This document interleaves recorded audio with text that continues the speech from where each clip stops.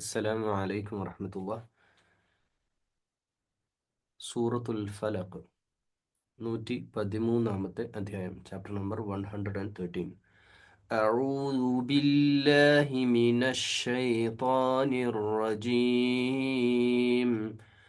ബിസ്മില്ലാഹിർ റഹ്മാനിർ റഹീം. സൂറത്തുൽ ഫലഖ് സാധാരണ സൂറത്തുൽ നാസ് പോലെ, അല്ലെങ്കിൽ ഖുൽ ഹുവല്ലാഹു അഹദ്, സൂറത്തുൽ ഇഖ്ലാസ് പോലെ സുപരിചിതമായ, അല്ലെങ്കിൽ സാധാരണ ഏതൊരു മുസ്ലിമിനും കാണാതെ മനപ്പാടുള്ള മറ്റൊരു സൂറത്താണ്. ഈ സൂറത്തുകളുടെ പൊതുവായി അൽ മുഅവ്വിദത്തൈനി, സൂറത്തുൽ നാസും സൂറത്തുൽ ഫലഖും രക്ഷയുടെ, അള്ളാഹുവിൽ അഭയം തേടുന്നതിൻ്റെ സൂറത്തുകളാണ്. ആ അർത്ഥത്തിൽ നമ്മളെല്ലാ ദിവസവും ഓതുമ്പോഴും പലരും അർത്ഥം വേണ്ട രീതിയിൽ പഠിക്കാതെയാണ് ഓതുന്നത്. അതിന്ന് മാറി അർത്ഥം ശരിയായ രീതിയിൽ നമ്മൾ മനസ്സിലാക്കിയിട്ട് ഓതുക എന്നത് തന്നെയാണ് നമ്മുടെ അർത്ഥം വിശദീകരിക്കുന്നതിൻ്റെ പിന്നിലുള്ള ലക്ഷ്യവും അത് തന്നെയാണ്. ഒന്നാമത്തെ ആയത്തിലേക്ക് വരാം. കുൽ, നേരത്തെ കുൽ അഊദു ബിറബ്ബിന്നാസ് എന്ന ടോപ്പിക്ക് പിശാചിൽ നിന്ന്, ഇബ്ലീസിൽ നിന്ന് അഭയം ചോദിച്ച അതേ കുൽ തന്നെയാണ് ഇവിടെ. ഒരു പക്ഷേ ഈ സൂറത്തിൻ്റെ തുടർച്ചയാണ് സൂറത്തുന്നാസ്, അല്ലെങ്കിൽ സൂറത്തുന്നാസിൻ്റെ കണക്റ്റഡ് ആയിട്ടുള്ള അഭയം ചോദിക്കൽ തന്നെയാണ് അഊദു എന്ന ഇസ്തിആദ, ഫസ്തഈദു ബില്ലാഹി മിനശ് ശൈത്വാനിർ റജീം. അള്ളാഹു ഇബ്ലീസിൽ നിന്ന്, പൈശാചികമായ ഉപദ്രവങ്ങളിൽ നിന്ന് നമ്മുടെ ആത്മാവിൻ്റെ രക്ഷയ്ക്ക് വേണ്ടി നമ്മൾ അള്ളാഹുവിൽ അഭയം ചോദിക്കുന്നത് പോലെ സൂറത്തുന്നാസ് പിശാചിൽ നിന്നുള്ള രക്ഷ തേടലാണെങ്കിൽ സൂറത്തുൽ ഫലഖ് മനുഷ്യരുടെ ഉപദ്രവത്തിൽ നിന്നാണ്.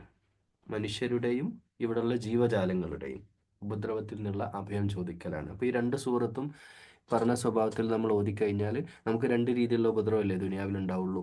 ഒന്നെങ്കിൽ മനുഷ്യന്മാരുടെ ബുദ്ധിമുട്ടുകൾ, മനുഷ്യരാൽ നമുക്കുണ്ടാക്കുന്ന ഇടങ്ങേറുകൾ, അല്ലെങ്കിൽ ഈ പറഞ്ഞ സ്വഭാവത്തിൽ ഈ ജിന്ന് വർഗത്തിൽപ്പെട്ട പൈശാചികമായ പ്രശ്നങ്ങൾ. ഇത് രണ്ടുമാണ് നമുക്ക് ഉണ്ടാവുക. മെയിൻലി ഇത് രണ്ടുമാണ് നമ്മൾ ഇവിടെ ഫേസ് ചെയ്യുക. അതിന് നമുക്ക് പല രീതിയിൽ നമുക്ക് നാട്ടിൽ പറയാം.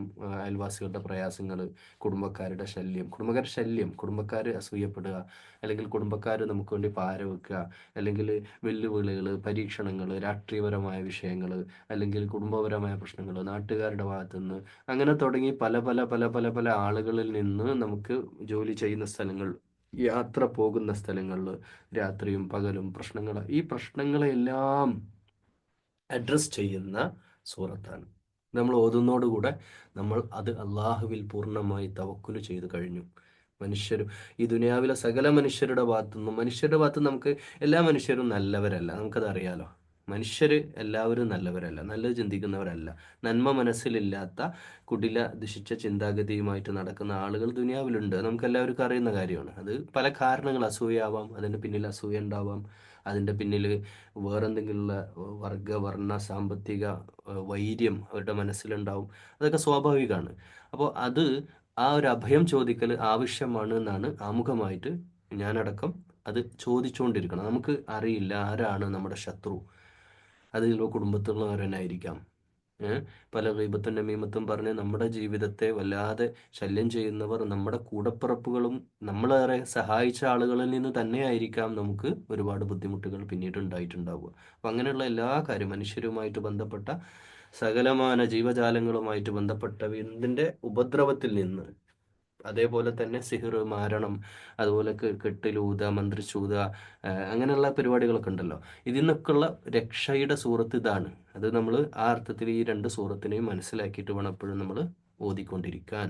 ഇനി നമുക്ക് അർത്ഥത്തിലേക്ക് വരാം. കുൽ, പറയുക, അഊദു, നേരത്തെ പറഞ്ഞ അതേപോലെ സൂറത്തുന്നാസിൽ എങ്ങനെ പറഞ്ഞു അതേപോലെ എല്ലാവരോടും വിളിച്ച് പറഞ്ഞേക്കുക.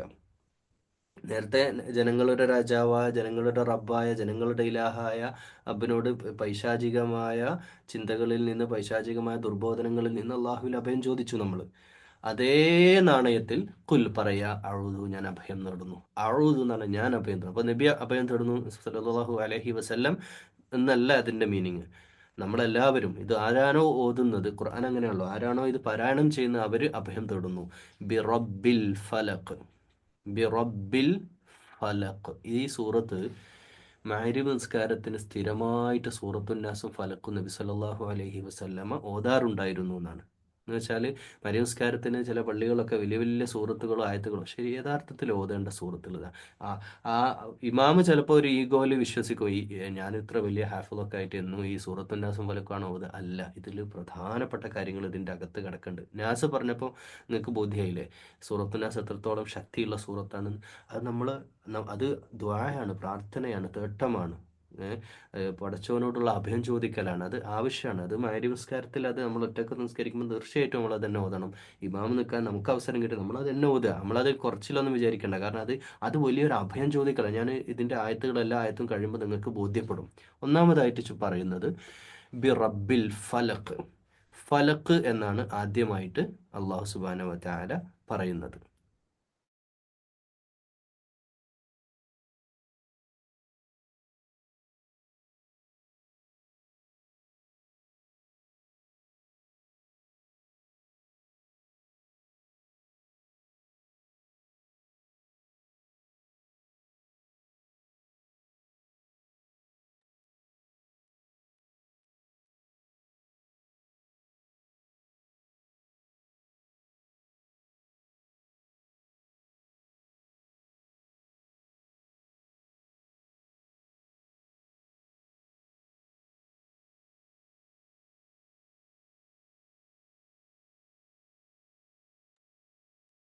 അപ്പോൾ ഈ ഒന്നാമത്തെ ആയത്തിൻ്റെ അർത്ഥം വെക്കാതെ അഞ്ചാമത്തെ ആയത്തിൻ്റെ അർത്ഥം വെക്കാനാണ് ഞാൻ ആദ്യം പോകുന്നത്. അതെന്തിനാന്ന് വെച്ച് കഴിഞ്ഞാൽ ഞാൻ കഴിഞ്ഞ സൂറത്തിൻ്റെയൊക്കെ വിശദീകരണത്തിൽ പറഞ്ഞല്ലോ, ഈ ഖുർആനിൻ്റെ ആയത്തുകൾ അടുത്ത ആയത്തുമായിട്ട് ബന്ധപ്പെട്ട് കിടക്കുകയാണ്.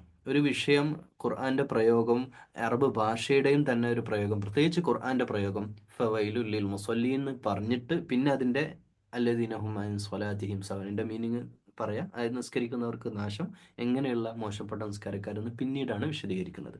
അതുകൊണ്ട് ഇവിടെ ഈ അഊദു എന്നുള്ള ഈ വാക്കുകയും ഈ കുൽ അഊദ് ഈ രണ്ട് വചനങ്ങളെ മാത്രം നമ്മൾ എന്ത് ചെയ്യാം, നമ്മൾ മനസ്സിൽ വെക്കുക. ഞാൻ അഭയം തൊടുന്നു എന്നുള്ള കാര്യം പറയാം. നബി സല്ലല്ലാഹു അലൈഹി വസല്ലമയോട് പറയാനും അതോടൊപ്പം ലോകത്തോട് പറയാനും, എല്ലാവരും പറയാം അഭയം തേടേണ്ടത് റബ്ബിനോടാണ് എന്ന കാര്യം അവിടെ മനസ്സിൽ വെക്കുക. ഇനി നമ്മൾ തിരിച്ച് അഞ്ചാമത്തെ ആയത്തിലേക്ക് പോവാം. ഓക്കെ, എന്നിട്ട് ഇവിടുന്ന് അങ്ങോട്ട് വരാം നമുക്ക്. ഇത് വമിൻ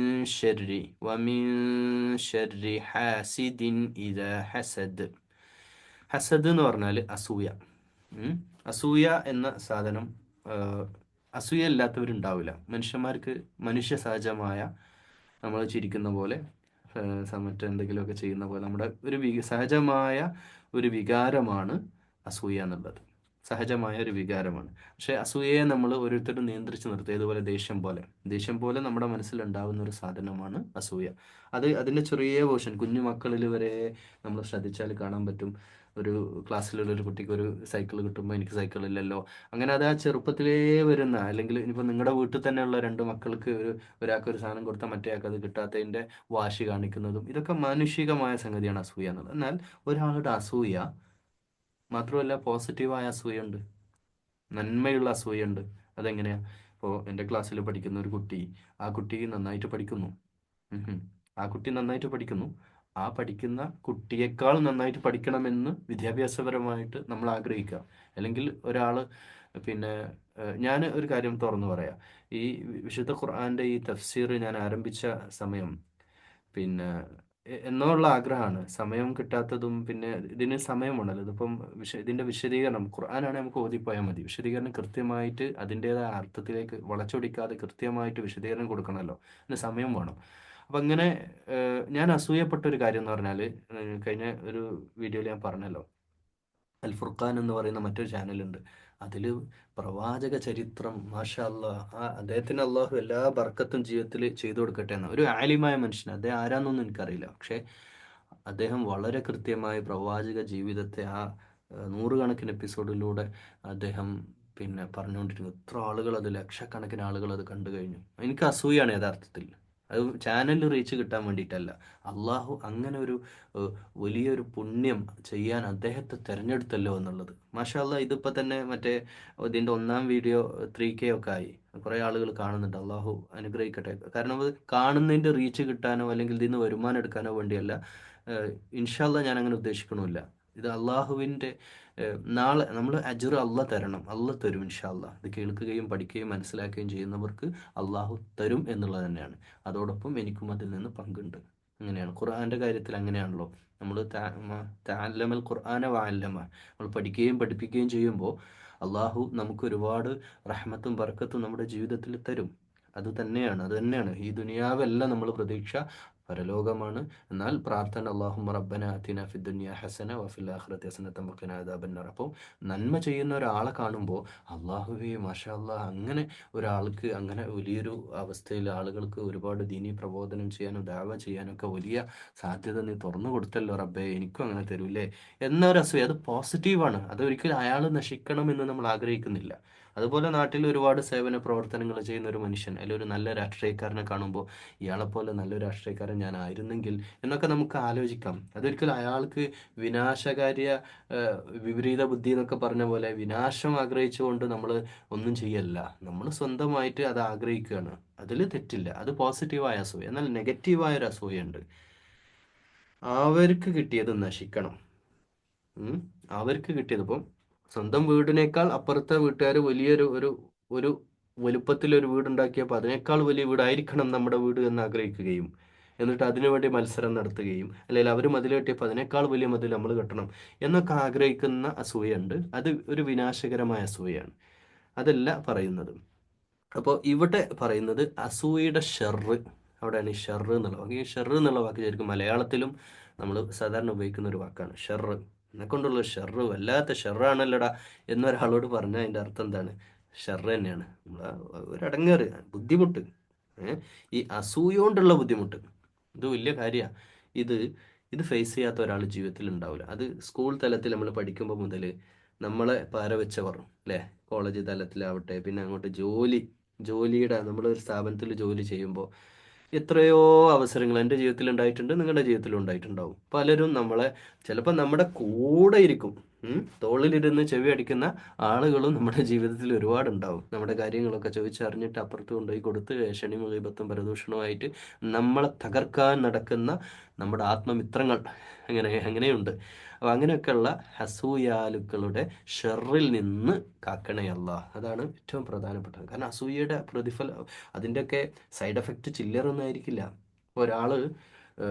ഒരാളുടെ അസൂയ, നമ്മൾ പുതിയൊരു വണ്ടി വാങ്ങി, ഒരാൾ അതിൻ്റെ ബ്രേക്ക് മെല്ലെ കട്ട് ചെയ്തിട്ട് അവനെ എവിടെ പോയി ഇടിക്കട്ടെ, നശിച്ചു പോട്ടെ എന്ന ഒരു നാശാത്മക ചിന്താഗതിയാണ് ഈ അസൂയാലുക്കളിൽ ഉണ്ടാവുക. അത് എല്ലാ മേഖലയിലും, കുടുംബപരമായിട്ടും നമ്മളൊരു വീടുണ്ടാക്കിയാലും ഒരു നല്ല ജോലി കിട്ടിയാലും അതൊക്കെ തെറിച്ച് പോട്ടെ, അവൻ്റെ സ്ഥാനങ്ങളൊക്കെ പോട്ടെ, അവനൊരു നാശം ഉണ്ടാവട്ടെ എന്ന് ചിന്തിക്കുന്ന അസൂയ, അതിന് ഷെറുള്ള അസൂയ. ആ അസൂയയുടെ ഉപദ്രവത്തെ ഞാൻ കൂടുതൽ വിശദീകരിച്ച് പറയേണ്ടത് നിങ്ങൾക്ക് എല്ലാവർക്കും ഇപ്പോൾ പരമാവധി ഉണ്ടാവും. നിങ്ങളുടെ ജീവിതത്തിലൊക്കെ എക്സ്പീരിയൻസ് ഉണ്ടാവും. ആരൊക്കെയാണ് നിങ്ങളെ പിന്നിൽ നിന്ന് പാലം വലിച്ചവർ, പിന്നിൽ നിന്ന് കുത്തിയവർ, ഇതൊക്കെ അസൂയയുടെ ഭാഗമാണ്. അപ്പോൾ അസൂയയുമായിട്ട് ബന്ധപ്പെട്ടുണ്ടാവുന്ന ഷെറ്, അതൊരു പക്ഷെ നല്ല മനുഷ്യന്മാരായിരിക്കും. ഈ നിസ്കരിക്കുന്ന ആൾക്കാർ, നോമ്പ് നോൽക്കുന്ന ആൾക്കാർ, ദീനിൻ്റെ വലിയ വലിയ ആൾക്കാർ, ഇവർ തന്നെയാണ് ഈ പണിയെടുക്കുന്നത്. അതും പിശാച് അവരെ കൊണ്ട് ചെയ്യിപ്പിക്കുകയാണ്. കാരണം ഈ മനസ്സിലേക്ക് ഈ ഒരു തരം ഈഗോയും അസൂയൊക്കെ കയറി വന്നു കഴിഞ്ഞാൽ പിന്നെ അവരല്ലാതായിട്ട് മാറും, അയാളല്ലാതായിട്ട് മാറും. അവർ നമുക്കെതിരെയുള്ള പണികൾ തുടങ്ങുമെന്നുള്ളതാണ്. അപ്പോൾ 5-ാമത്തെ ആയത്ത് അതാണ്, അതിൻ്റെ ഷെറിൽ നിന്ന് ഞങ്ങളെ കാക്കണേ അല്ലാ. എന്നിട്ട് അത് പിന്നെ പറയാണ് ഉക്കദിൻ്റെ ഷെറിൽ നിന്ന്. ഉക്കദ് വിശാലമായൊരു വിഷയമാണ്. ഇത് പറയുമ്പോൾ ചില ആളുകൾക്ക് ഉൾക്കൊള്ളാൻ പറ്റിക്കൊള്ളണമെന്നില്ല, പക്ഷെ പറയാം. നമ്മൾ തൗഹീദിൻ്റെ ആൾക്കാരാണ്. തൗഹീദിൻ്റെ ആൾക്കാർ എന്ന് പറഞ്ഞാൽ ശുദ്ധമായ കളകറഞ്ഞ ഏകദൈവ വിശ്വാസികളാണ്. നമ്മൾ അല്ലാഹുവല്ലാത്ത വ്യക്തികൾ, അല്ലാഹുവല്ലാത്ത ഖൽഖായിട്ടുള്ള സൃഷ്ടിയായിട്ടുള്ള ഒന്നിൻ്റെ മുമ്പിലും നമ്മൾ സുജൂദ് ചെയ്യാനോ അല്ലെങ്കിൽ ശരിക്കും അത് ഫേക്കാണ്, നമുക്കറിയാം. ഞാൻ നിങ്ങളോട് പറയുമ്പോൾ പോലും നിങ്ങളത് 100% എന്നോട് അംഗീകരിച്ചു തരുന്ന കാര്യമാണ്. ഒന്നിൻ്റെ മുമ്പിലും നമ്മൾ സുജൂദ് ചെയ്യില്ല, അല്ലാഹുവല്ലാത്ത ഒന്നിൻ്റെ മുമ്പിലും നമ്മൾ വിളിച്ച് പ്രാർത്ഥിക്കുകയില്ല. അത് എല്ലാവർക്കും അറിയാം, എല്ലാ മുസ്ലിങ്ങളും അങ്ങനെയാണ്. പക്ഷേ ചില ആളുകളെങ്കിലും, പണ്ട് കാലത്തൊക്കെ എന്ന് പറഞ്ഞാൽ ഒരു 25 കൊല്ലം മുമ്പത്തെ കേരളം എന്ന് പറഞ്ഞു കഴിഞ്ഞാൽ, അല്ലെങ്കിൽ ഒരു 30 കൊല്ലം മുമ്പത്തെ കേരളം എന്ന് പറഞ്ഞാൽ ഈ തരത്തിലുള്ള അന്ധവിശ്വാസങ്ങൾ കുത്തി വാഴ്ന്നിരുന്ന, ഇന്നിപ്പോൾ ലക്ഷദ്വീപ് ഭാഗത്തേക്കൊക്കെ പോയാൽ ഇത്തരത്തിലുള്ള ഒരുപാട് വാർത്തകൾ കേൾക്കാം. ഒരുപാട് കള്ളമന്ത്രവാദികൾ, ഇസ്ലാമിൻ്റെ പേരിൽ മുസ്ലിം ഐഡന്റിറ്റിയിൽ നിന്നുകൊണ്ട് തൊപ്പി വെച്ചുകൊണ്ട് പച്ചശാളിനെ കുറ്റപ്പെടുത്തുകയല്ല, തൊപ്പിയെയും കുറ്റപ്പെടുത്തുകയല്ല. ഞാൻ പറയാണ്, അതിനെ ദുരുപയോഗപ്പെടുത്തുന്ന പണ്ഡിതന് ഞാൻ പേര് പറയുന്നില്ല, നിങ്ങൾക്കറിയാം, നിങ്ങളുടെ മനസ്സിലേക്ക് ഇപ്പം തന്നെ പേരുകൾ ഞാനത് പറയുമ്പോൾ വരുന്നുണ്ടാവും. അങ്ങനത്തെ ആളുകൾ മതത്തെ ചൂഷണം ചെയ്ത് സമുദായത്തിലെ, പ്രത്യേകിച്ച് ഇതിലൊക്കെ പെടുക പെണ്ണുങ്ങളാണ്, സ്ത്രീകളാണ്, സഹോദരിമാരാണ്. കാരണം സഹോദരിമാരുടെ ആ ലോല മനസ്സിനെ അവർ വല്ലാതെ പെട്ടെന്ന് സ്വാധീനിക്കും. അവിടെയാണ് പ്രശ്നം. എന്നിട്ട് അവർ പോയിട്ട് സ്വർണ്ണൂരി കൊടുക്കാനും, അങ്ങനെയുള്ള തങ്ങൾമാരെ നമ്മൾ ആദരിക്കണം, ഉസ്താദുമാരെ ആദരിക്കണം, അതൊന്നുമല്ല ഇവിടെ പറയുന്ന വിഷയം. ഉസ്താദുമാർക്കും ആലിമികൾക്കും പണ്ഡിതന്മാർക്കൊക്കെ അതിൻ്റെതായ മഹത്വം കൊടുക്കണം, അതൊക്കെ ശരിയാ. പക്ഷേ ഇതിൻ്റെ പേരിൽ ചൂഷണം ചെയ്യുന്ന, ജനങ്ങളെ ചൂഷണം ചെയ്യുന്ന കള്ളക്കഥകൾ ഉണ്ടാക്കി, കള്ളക്കഥകൾ എന്ന് ഞാൻ പറയാം. പണ്ട് റസൂലുള്ളാഹി സ്വല്ലല്ലാഹു അലൈഹി വസല്ലമയുടെ വഫാത്തിന് ശേഷം തന്നെ വന്ന ഒരു ഹദീസിൽ ബത്തക്ക തിന്നവൻ സ്വർഗത്തിൽ പ്രവേശിക്കും. ഒരു മെയിൻ ബത്തക്ക, വാട്ടർമെലൺ, ബത്തക്ക കച്ചവടക്കാരൻ്റെ ഹദീസ് ഉണ്ടാക്കിയാണ്. ബത്തക്ക സ്വർഗത്തിലെ പഴമാണ്, അത് തിന്നുന്നവർക്ക് സ്വർഗമുണ്ട് എന്നൊക്കെ പറഞ്ഞ് ഇയാൾ കഥയായിട്ട് ഉണ്ടാക്കാൻ തുടങ്ങി. കാരണം ഇങ്ങനെ ഉണ്ടാക്കപ്പെടുന്ന കഥകളാണ് പിന്നീട് ഇത്തരത്തിലുള്ള കെട്ടിലേക്ക്, മന്ത്രങ്ങളിലേക്കും, അല്ലെങ്കിൽ അവരുടെ സ്വാർത്ഥ ലക്ഷ്യങ്ങൾക്ക് വേണ്ടിയാണ് ഇത് ദുരുപയോഗപ്പെടുത്തുന്നതെന്നാണ്. അപ്പോൾ അതിൻ്റെ ഷെറ് അപ്പോൾ ഈ ഉഖദ് അല്ലെങ്കിൽ മന്ത്രോച്ചാരണങ്ങൾ, കെട്ടുകൾ എന്ന് പറഞ്ഞാൽ, ഇപ്പോൾ കെട്ട് എന്ന് പറഞ്ഞാൽ നമ്മൾ എന്താ വിചാരം, നമ്മുടെ മനസ്സിൽ പെട്ടെന്ന് വരെ താലികെട്ട്, അല്ലെങ്കിൽ കല്യാണത്തിന് മെഹർ കൊടുക്കുന്ന നിക്കാഹിൻ്റെ കെട്ടല്ലേ, അതല്ല. ഇവിടെ കെട്ട് എന്ന് പറഞ്ഞാൽ നമ്മൾ സാധാരണ കണ്ടിട്ടുണ്ടോ, അരയിലുള്ള കെട്ട്, അതുപോലെ തന്നെ പിന്നെ കൈമലുള്ള കെട്ട്, കഴുത്തിലുള്ള കെട്ട്. പണ്ടത്തെ മുസ്ലിം എന്ന് പറഞ്ഞാൽ തന്നെ, കേരള മുസ്ലിം എന്നൊക്കെ പറഞ്ഞാൽ തന്നെ കഴുത്തിലൊരു പിന്നെ കറുത്ത ഒരു ഇതും കൂടെ, ഒരു ഏലസ് വെച്ചിട്ടുള്ള ഒരു, അങ്ങനെയുള്ള ഒരു കാലം ഉണ്ടായിരുന്നു. അതൊരു പക്ഷേ ഇന്ന് ഞാൻ നിങ്ങളോട് സംസാരിക്കുമ്പോൾ ഈ പുതിയ ജനറേഷൻ 90 കിഡ്സിനോ അല്ലെങ്കിൽ 2Kക്കൊന്നും കാര്യങ്ങൾ ആകെ അർത്ഥത്തിൽ മനസ്സിലാവാത്ത വിധം ഇന്ന് ഒരുപാട് വെളിച്ചം വന്നു. സൂര്യൻ ഉദിച്ച നാടാണ് കേരളം. ഓക്കെ, ഈ അർത്ഥത്തിൽ തൗഹീദിന്റെ വെളിച്ചം കൃത്യമായിട്ട്, കളകറഞ്ഞ തൗഹീദ് എത്തിയ നാടാണ് കേരളം. അത് ഒരുപക്ഷെ ഉത്തരേന്ത്യയിലേക്ക് നമ്മൾ യാത്ര ചെയ്യുമ്പോൾ മനസ്സിലാവും. ഇപ്പോഴും അവിടെയുള്ള ആളുകൾക്കൊന്നും ഓളമില്ല. ഇപ്പോഴും അവർ അള്ളാന്ന് പറയാന്നല്ലാതെ, ഒരു വികാരമായിട്ട് നടക്കാന്നല്ലാതെ, യഥാർത്ഥ അള്ളാഹുവിനെ തിരിച്ചറിയാനോ തൗഹീദ് അറിയാൻ ശ്രമിക്കുക പോലും ചെയ്യാത്ത ആളുകളാണ് മിക്ക ആളുകളും എന്നുള്ളത് സത്യമാണ്. ഉത്തരേന്ത്യയിൽ പോകുകയാണെങ്കിൽ ബീഡി താടി അല്ലെ പാൻ അടിച്ച് നടക്കുന്ന ഒരു മുസ്ലിം സമുദായത്തെയാണ്, സാധാരണഗതിയിലുള്ള സമുദായത്തെയാണ് നമുക്ക് ലോക്കലി നമുക്ക് കണ്ടെത്താൻ സാധിക്കുക. അല്ലാത്തവരില്ല എന്നല്ല, പക്ഷേ നല്ലൊരു ശതമാനം ഇങ്ങനെയുള്ള ആളുകളുണ്ട്. ഇസ്ലാമിനെ വികൃതമായിട്ട് മനസ്സിലാക്കി വെച്ചിരിക്കുന്ന ആളുകളുണ്ട്. അപ്പോൾ പ്രിയമുള്ള സഹോദരൻ, നമ്മളാരും ഇത് ചെയ്യുന്നവരല്ല. ഇത്തരത്തിലുള്ള ഒരാൾക്ക് എന്തെങ്കിലും ഒരു പ്രയാസം ഉണ്ടാവണം, കുടുംബത്തിലെ ഒരാൾക്ക് അല്ലെങ്കിൽ എൻ്റെ ഒരു ശത്രുവിന് ഇന്നതുണ്ടാവണം എന്ന് കരുതി ഇത്തരത്തിലുള്ള മന്ത്രവാദികളുടെ അടുത്ത് പോയിട്ട്, അത് മുസ്ലിം നാമധാരികളുണ്ട് എന്നാണ് ഞാൻ പറയുന്നത്. മുസ്ലിം നാമധാരികളോ അല്ലെങ്കിൽ ഇനി അമുസ്ലിമായ അല്ലെങ്കിൽ മറ്റ് മത വിശ്വാസത്തിൽപ്പെട്ട ഇത്തരത്തിലുള്ള മന്ത്രവാദികളുടെ അടുത്തൊക്കെ പോയിട്ട് പലതും ഉറുക്കും മേലസും അത് പല കാര്യങ്ങളുമായിട്ട് നടക്കുന്ന ആളുകളുണ്ട്. ഓക്കെ, അങ്ങനെയുള്ള ആളുകളെ നമ്മൾ ഫോളോ ചെയ്യാൻ പാടില്ല. എന്നാൽ അവർ ഷർറുണ്ടാക്കുന്നുള്ളതിൽ സംശയമല്ല. അതാണ് ഇവിടെ പറഞ്ഞത്. അങ്ങനത്തെ ഷർറുണ്ട്. അതുകൊണ്ടാണല്ലോ ഖുർആൻ ഇന്ന് അഭയം ചോദിക്കാൻ പറഞ്ഞത്. അതുവഴിയുള്ള ഷർറുണ്ട്. ജിന്ന് സേവ നടത്തുകയും ചാത്തൻ സേവ നടത്തുകയും ഒക്കെ ചെയ്യുന്ന അതിൻ്റെയൊക്കെ ഷർറ് നമുക്ക് ഉണ്ടാവാതിരിക്കാൻ നമ്മൾ ദുആ. ഷർറ് ഉണ്ടാവില്ല, നമുക്ക് കിട്ടൂല. കാരണം എന്താ? നമ്മൾ സൂറത്തുൽ ഫലഖ് ഓതിയാൽ മതി, കഴിഞ്ഞു, തീർന്നു. പിന്നെ അതിന് നമ്മൾ വേറെ തങ്ങൾമാരുടെ അടുത്തോ വേറെ മന്ത്രവാദിൻ്റെ അടുത്തോ പോകേണ്ട കാര്യമില്ല. നമുക്ക് സൂറത്തുൽ ഫലക്ക് തന്നെയാണ് ഏറ്റവും നല്ല ആയുധം, ഏറ്റവും നല്ല വെപ്പൺ അതാണ്. അപ്പോൾ നമ്മൾ സൂറത്തുൽ ഫലക്കോട് കൂടി നമ്മൾ വലിയൊരു പരിച വെച്ചു. നമ്മുടെ മേലേക്ക് വരുന്ന അസ്ത്രങ്ങൾ, അമ്പുകൾ, നമ്മുടെ നേരേക്ക് വരുന്ന ഈ അല്ലെ വെടിയുണ്ടകൾ നമ്മുടെ നല്ലൊരു ജാക്കറ്റ് വെച്ചിട്ട് നമ്മൾ ബ്ലോക്ക് ചെയ്തു. അതാണ് സൂറത്തുൽ ഫലക്ക്. അപ്പോൾ ഈ സൂറത്തുൽ ഫലക്കിൽ ഈ പറഞ്ഞ 4-ാമത്തെ ആയത്തിൽ വമിൻ ശർരിൻ നഫ്ഫാസാതി ഫിൽ ഉഖദ്, പിന്നെ സ്ത്രീകളുമായിട്ട് ബന്ധപ്പെടുത്തി ഇതിനെ പറയുന്നുണ്ട്. സ്ത്രീകളാണ് ഈ പണിക്കൊക്കെ ധാരാളമായിട്ട് പോവുക. ഞാൻ പറഞ്ഞല്ലോ നേരത്തെ, അസൂയയിൽ നല്ലൊരു ശതമാനം പെണ്ണുങ്ങൾക്ക്, ഈ ആണുങ്ങളെ ഇല്ല എന്നല്ല, ആണുങ്ങളുണ്ട്, അസൂയുള്ള ആണുങ്ങളുണ്ട്, ഇത്തരം പണികൾക്കൊക്കെ പോകുന്ന ആണുങ്ങളുണ്ട്. പക്ഷെ സ്ത്രീകളിലാണ് പൊതുവെ കൂടുക. കാരണം അവരുടെ ഈ ലോല മനസ്ഥിതിയാണ്. അവർ ലോലമായിട്ട് അവർ പെട്ടെന്ന് ഇതിലൊക്കെ ആകൃഷ്ടരാകും. എന്നിട്ട് അവർ ഈ കാര്യങ്ങളൊക്കെ അവരുടെ മൈൻഡ് പെട്ടെന്ന് ആകർഷകരാവുകയും അത് കാര്യങ്ങളൊക്കെ ചെയ്യുകയും ചെയ്യും. അപ്പോൾ ഒരിക്കലും നമുക്ക് ഇപ്പം രോഗം വരുമ്പോൾ, ഞാൻ രോഗമായിട്ട് ഇതിനെ ബന്ധപ്പെടുത്തി പറയാം. പണ്ട് ഒരു ഈ അടുത്ത കാലത്ത് വരെയൊക്കെ, ഇപ്പോഴാണ് കുറച്ചുകൂടെയൊക്കെ സയൻസൊക്കെ, ഇപ്പം നമ്മുടെ മക്കളൊക്കെ MBBS എടുത്തും അല്ലെങ്കിൽ മെഡിക്കലൊക്കെ പഠിച്ചും പുതിയ ജനറേഷനിലെ കുട്ടികൾക്കൊക്കെ നല്ല വിവരമുണ്ട്. അതുകൊണ്ട് തന്നെ അവർ ഈ പണികൾക്കൊന്നും പറയില്ല. അസുഖം വന്ന പനി വന്ന എന്താ ചെയ്യേണ്ടതെന്ന് അവർക്കറിയാം. അപ്പോൾ പണ്ടൊക്കെ ഒരു ചെറിയ പനി വരുമ്പോഴത്തേക്ക് ആശുപത്രിയിലേക്കുള്ള മാറ്റി നേരെ ഇത്തരം മനുഷ്യന്മാർ ആത്മീയ തട്ടിപ്പ് കേന്ദ്രങ്ങളിലേക്ക് യാത്ര പോകുന്നവരായിരുന്നു മുസ്ലിം സമുദായം. കേരളത്തിലും അങ്ങനെ തന്നെ ഉണ്ടായിരുന്നു. അപ്പൊ അതിന് വലിയൊരു മാറ്റം ഈ ഇടക്കാലത്ത് ഉണ്ടായിട്ടുണ്ട്. അതിന് നവോത്ഥാന പ്രസ്ഥാനങ്ങൾ ഒരുപാട് അതിൻ്റെതായ പങ്ക് വഹിച്ചിട്ടുണ്ട്. അതിൽ ആലിമീങ്ങൾ, നല്ല പണ്ഡിതന്മാർ, ദീനീയായ രീതിയിൽ ഉമ്മത്ത് വളരണമെന്ന് ആഗ്രഹിക്കുന്ന പണ്ഡിതന്മാരുടെ പ്രഭാഷണങ്ങളൊക്കെ അതിൽ വലിയ മാറ്റം ഉണ്ടാക്കിയിട്ടുണ്ട്. പക്ഷേ ഇപ്പോഴും അതൊക്കെ നടക്കുന്നുണ്ട് എന്നുള്ള അതിൻ്റെ സത്യാവസ്ഥ. അതൊക്കെ അതിൻ്റെതായ രീതിയിൽ വേറെ വഴിക്ക് നടക്കുന്നുണ്ട് എന്നുള്ളത്, അത് ഓൺലൈനിലും നടക്കുന്നുണ്ട് ഇത്തരം തട്ടിപ്പുകൾ എന്നുള്ളത് നഗ്നമായ ഒരു സത്യമാണ്. അപ്പോൾ ഇതങ്ങനെ നടക്കുന്നുണ്ട്. അപ്പം നമ്മെ സംബന്ധിച്ചിടത്തോളം നമുക്കൊരു അസുഖം ഉണ്ടായാൽ അത് ചെറുതാകട്ടെ വലുതാവട്ടെ, അത് ക്യാൻസർ ആവട്ടെ അല്ലെങ്കിൽ ഏറ്റവും ചെറിയൊരു പനി വരലാവട്ടെ, നമ്മൾ ആരെ വിളിക്കുക? നേരത്തെ സൂറത്തുൽ ഫാത്തിഹയിൽ പറഞ്ഞു ഇയ്യാക നഅ്ബുദു വ ഇയ്യാക നസ്തഈൻ. സൂറത്തുൻ നാസ് പറഞ്ഞു ഇലാഹിന്നാസ്. നമ്മൾ അഭയം ചോദിച്ച് ചെല്ലാനുള്ള സ്ഥലം അള്ളാഹ് മാത്രമാണ്. എന്നാൽ അതിൻ്റെ ഒരു മറുവശം, അസുഖം വന്നാൽ അള്ളാന്ന് വിളിച്ചിട്ട് വീട്ടിലിരിക്കാൻ അല്ലല്ലോ പറഞ്ഞിട്ടുള്ളത്.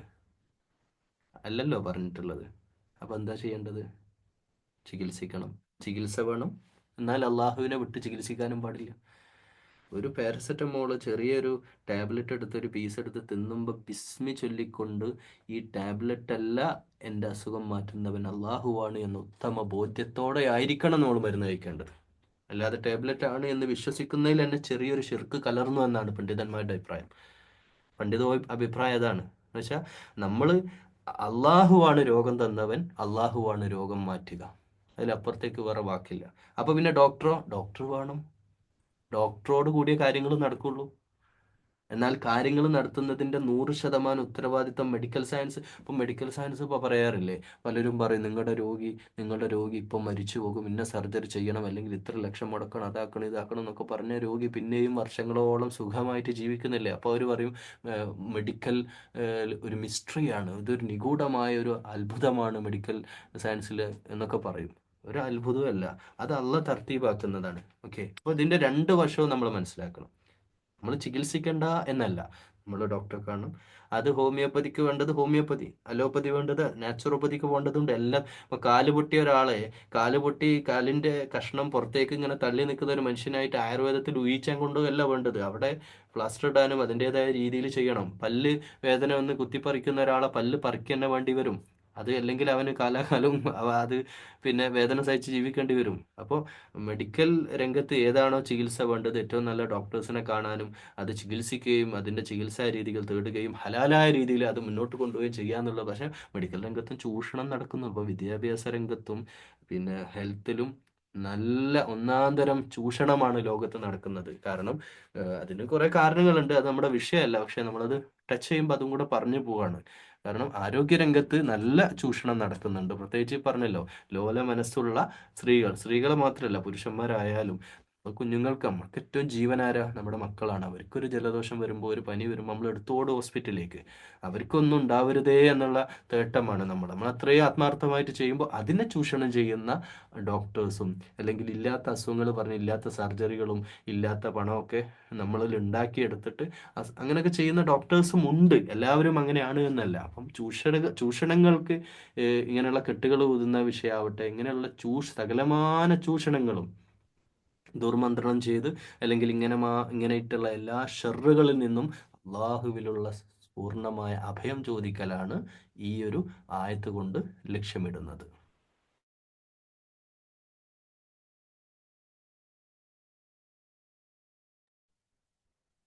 അപ്പോൾ കെട്ടുകളിൽ ഊതുന്ന ഏലസും മന്ത്രവും ഉറുക്കും ആ രീതിയിലുള്ള കാര്യങ്ങളുമായിട്ട് ജീവിക്കുന്ന ജനത കൗമുകളുണ്ട്.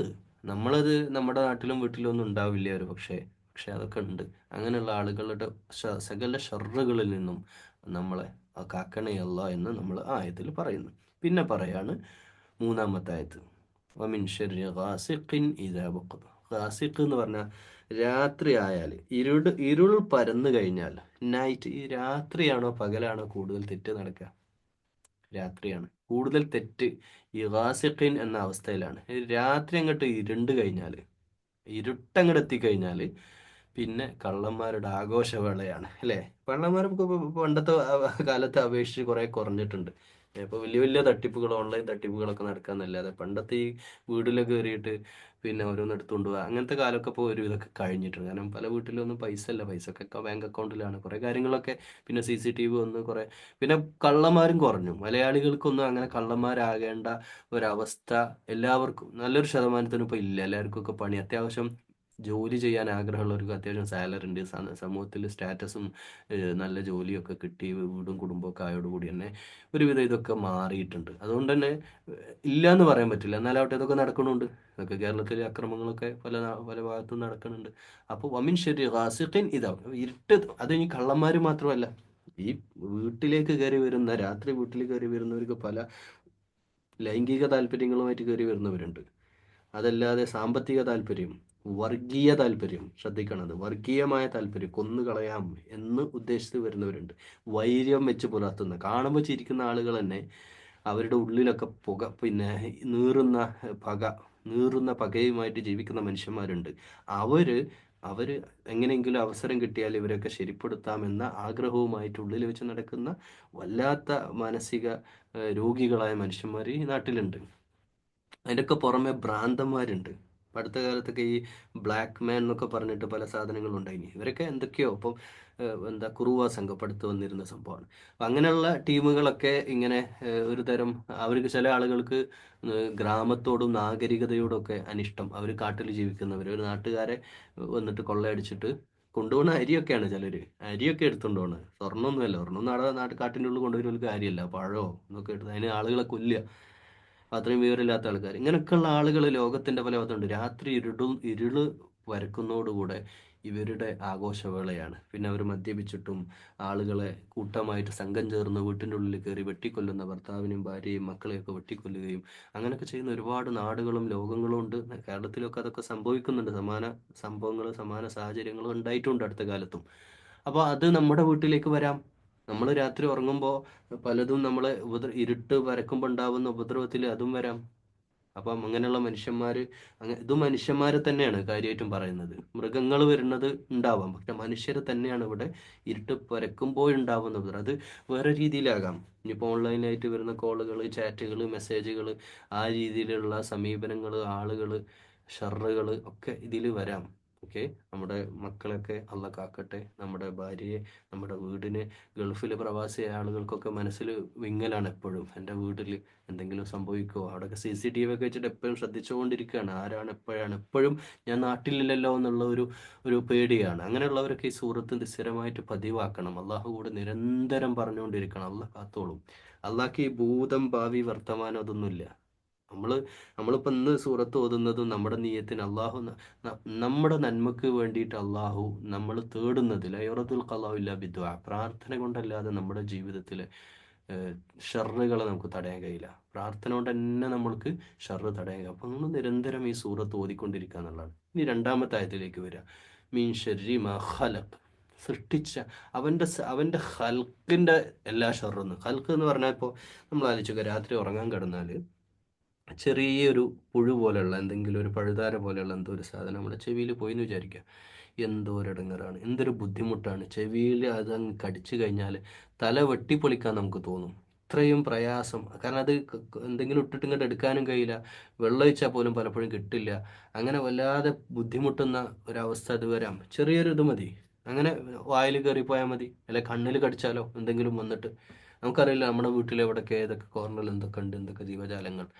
അപ്പോൾ അങ്ങനെയുള്ള എല്ലാവിധ നമ്മൾ ശരിക്കും പറഞ്ഞാൽ 8 മണിക്കൂർ നമ്മൾ ഡെഡ് ബോഡി പോലെ ശ്വാസം മാത്രമായിട്ട് നമ്മൾ ഈ ഉറക്കം എന്ന് പറഞ്ഞ സംഭവം രാത്രി നടക്കുന്നതാണ്. അപ്പോൾ ആ സമയത്ത് നമ്മളൊന്നും അറിയുന്നില്ല. നമ്മൾ അള്ളാഹുവിൽ പൂർണ്ണമായിട്ടും തവക്കൽ ചെയ്യേണ്ടുന്ന സൂറത്ത് തന്നെയാണിത്. രാത്രിയുടെ ഉപദ്രവത്തിൽ നിന്നും കെട്ടുകളിലൂതി ദുർമന്ത്രം ചെയ്തിട്ട് നമ്മളെ പല രീതിയിലും നശിപ്പിക്കാൻ നോക്കുന്ന, നമ്മുടെ നന്മയും നമ്മൾ ഹലാലായിട്ട് സമ്പാദിച്ച് ഹലാലായിട്ട് നമ്മൾ വളരുന്നത് പോലും കണ്ടിട്ട് നിൽക്കാതെ അസൂയപ്പെട്ട് നമ്മുടെ നാശത്തിന് വേണ്ടി എല്ലാ പണിയെടുക്കുന്ന മനുഷ്യന്മാർ നമ്മുടെ അയൽവാസികളിലും കുടുംബത്തിലും ഒക്കെ തന്നെ ഉണ്ടാവാം. നമുക്കവരെ കണ്ട് മനസ്സിലാക്കാൻ കഴിയില്ല, അള്ളാഹു ആലം. അങ്ങനെയുള്ള ആളുകൾക്ക് വരെ അവരിൽ നിന്നുള്ള രക്ഷയാണ് ഈ സൂറത്ത്. അപ്പോൾ ഫലക്ക് എന്ന് പറഞ്ഞ ഒന്നാമത്തെ ആയത്തിലൂടെയും പറയാം റബ്ബിൽ ഫലക്ക്, പ്രഭാതത്തിന്റെ, അതായത് പകലും പിന്നെ മിൻ ഷെരി ഖാസിഖിൻ, ഇരുട്ട് വന്നാൽ അപ്പൊ ഡേ ആൻഡ് നൈറ്റ് രണ്ടും ഇതിൽ വന്നു. ആദ്യം ഒന്നാമത്തെ ആയത്തിൽ ഡേ പറഞ്ഞു, രണ്ടാമത്തെ മൂന്നാമത്തെ ആയത്തിൽ ഖാസിഖിൻ, ഇരുട്ട് പരന്നാൽ. അതുപോലെ തന്നെ ഖലഖ്, മനുഷ്യന്മാരെ അവന്റെ സകലമാന സൃഷ്ടികളിൽ നിന്നും, പൂച്ച, ആട്, കോഴി, എരുമ, പട്ടി, നായ, എല്ലാ സാധനങ്ങളുടെ ഉപദ്രവം, ആന അല്ലെ, ആനയുടെ ഉപദ്രവം. അപ്പോൾ ഇതൊക്കെ നാട്ടിൽ നടക്കുന്ന പല നാടുകളിലും. അപ്പോൾ ഇങ്ങനെയുള്ള എല്ലാ ജീവജാലങ്ങളുടെ ഉപദ്രവത്തിൽ നിന്നും, മനുഷ്യരുടെ ഉപദ്രവത്തിൽ നിന്നും, മന്ത്രവാദികളും മന്ത്രവുമായിട്ട് നടക്കുന്ന ആളുകളുടെ ഉപദ്രവത്തിൽ നിന്നും, അസൂയാലുക്കളുടെ ഉപദ്രവത്തിൽ നിന്നും, ഇതൊക്കെ അതായത് മനുഷ്യ ജീവി വർഗങ്ങളായ രാത്രിയും പകലും നമ്മളെ തേടിയെടുത്തുന്ന എല്ലാറ്റിൻ്റെയും ഷർറിൽ നിന്ന്, ഇടങ്ങേറുകളിൽ നിന്നും, ബുദ്ധിമുട്ടുകളിൽ നിന്നും സട്ടാവായ അള്ളാഹുവോടുള്ള അഭയം ചോദിക്കലാണ് പ്രിയമുള്ള സഹോദരന്മാരെ, സഹോദരിമാരെ, സൂറത്തുൽ ഫലഖ്. അപ്പോൾ ആ അർത്ഥത്തിൽ സൂറത്തുൽ ഫലക്കിനെ ഉൾക്കൊണ്ടുകൊണ്ട് അള്ളാഹുവോട് നിരന്തരമായി മഗ്‌രിബ് നിസ്കാരം, എനിക്ക് റിക്വസ്റ്റ് ചെയ്യാനുള്ളതാണ്, മഗ്‌രിബ് നിസ്കാരത്തിലെ 2 റക്അത്തിലും ഈ സൂറത്ത്, ഒന്ന് ഫലക്ക് ഓതുക, ഒന്ന് സൂറത്തുൻ നാസ് ഓതുക. അത് ശീലമാക്കുക. രാത്രി ഉറങ്ങുന്നതിൻ്റെ തൊട്ട് മുമ്പ് ഈ 2 ആമന റസൂൽ, ആയത്തുൽ കുർസി ഒക്കെ നമ്മൾ ഓതുന്നതിൻ്റെ കൂടെ, ഫാത്തിഹ ഓതുന്നതിൻ്റെ കൂടെ ഈ സൂറത്ത് നിർബന്ധമായിട്ടും ഓതുക. ഇത് ഓതിക്കൊണ്ടേയിരിക്കുക, നിരന്തരമായിട്ട് ഒഴിവ് കിട്ടുന്ന സന്ദർഭങ്ങളിലൊക്കെ നമ്മൾ ഓതിക്കൊണ്ടിരിക്കുക. പ്രത്യേകിച്ച് ഇങ്ങനെയുള്ള ശത്രു ഭയം, അല്ലെങ്കിൽ ആരെങ്കിലുമൊക്കെ എന്തൊക്കെ ചെയ്യും എന്നൊക്കെ പേടിയൊക്കെ ഉള്ള ഭയങ്കരമായ ടെൻഷനൊക്കെ ഉള്ള ആളുകളുണ്ടാവും. ചെറിയ കുട്ടികളോടൊക്കെ ഇത് നിരന്തരം ഓതാൻ പറയുക. എന്നിട്ട് അവരോട് ഈ ഒരു കൺസെപ്റ്റ് അവരോട് പറഞ്ഞു കൊടുക്കുക. സൂറത്തുൽ ഫലക്ക് എന്ന് പറഞ്ഞാൽ എല്ലാ മനുഷ്യന്മാരുടെയും അതുപോലെ തന്നെ ജീവിവർഗത്തിൻ്റെയും രാത്രിയും പകലുണ്ടാവുന്ന സകല ഷെറിൽ നിന്ന് അള്ളാഹിൻ്റെ പ്രൊട്ടക്ഷനാണ് മോനെ എന്ന് അള്ളാഹിൻ്റെ അഭയം തേടലാണ്, അള്ളാഹുവോടുള്ള രക്ഷ ചോദിക്കൽ. നമുക്ക് ഉറപ്പായിട്ട് അള്ളാഹ് നമ്മളെ കാത്തോളും. സൂറത്തുൽ ഫലക്കും സൂറത്തുൽ നാസ് ഓതിക്കൊണ്ടിരിക്കണം എന്ന് കുടുംബത്തിൽ എല്ലാവരോടും, നമ്മൾ കാണുന്നവരോടൊക്കെ, ഇത്തരം വിഷമങ്ങളൊക്കെ ആയിട്ട് വരുന്നവരോടൊക്കെ ഈ സൂറത്തുൽ ഫലക്കും നാസ് നിരന്തരം ഓതാൻ പറയുക. അത് വലിയ കാര്യമാണ്. അള്ളാഹു തൗഫീഖ് ചെയ്യട്ടെ, അള്ളാഹു നമ്മളൊക്കെ കാക്കട്ടെ. اللهم ربنا تقبل منا إنك أنت السميع العليم وتب علينا إنك أنت التواب الرحيم.